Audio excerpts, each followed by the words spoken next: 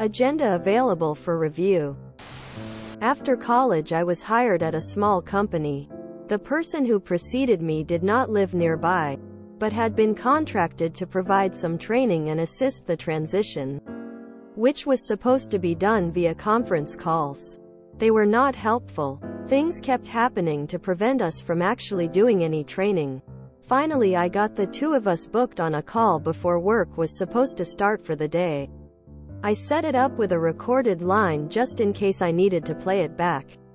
10 minutes before, they called me directly to say that they couldn't help with any of my questions on the agenda. So they said the meeting was cancelled.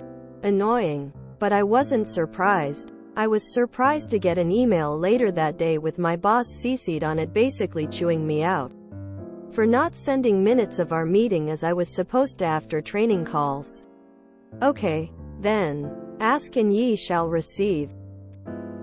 I replied to all, apologizing. I am so sorry for the misunderstanding. When you called and said the meeting was cancelled, I assumed that minutes were unnecessary. I have attached the agenda with your responses to each line item. You see, despite being new in the position, for some reason I was expected to know and ask what to be trained on. I had like 7 line items on the agenda.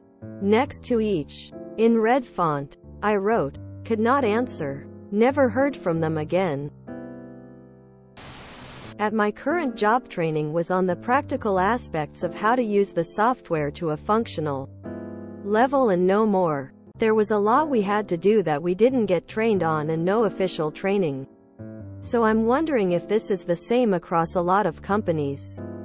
And most entry-level folks just stay following processes they learned from others through hearsay, without knowing why. I know that happens at my job. Some people will even argue passionately that things should be done the old way.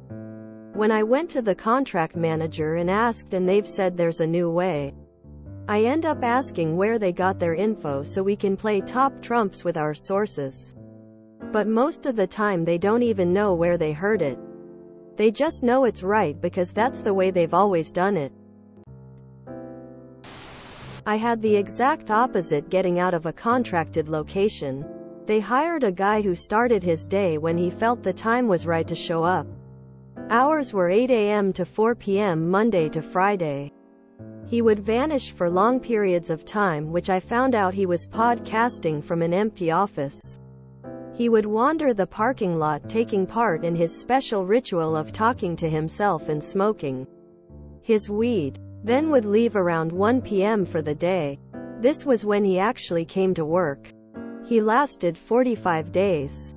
In that time he got COVID twice and honestly vanished for a while. He turned up when I disabled his company phone that the CFO didn't know he had.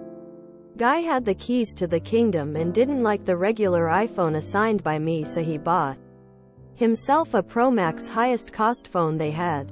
This clown emailed the CFO and acted like I had violated some agreement by shutting his phone off. And I needed to turn it on because he was traveling and it was his only way to communicate. Nav. Seriously, WTF? The guy did finally bring the phone back, but he kept the other items he purchased for himself. CEO said it was the cost of doing business and dropped it. I was rebuffed by our super educated and experienced CFO when I asked to participate in the hiring process. That worked out well.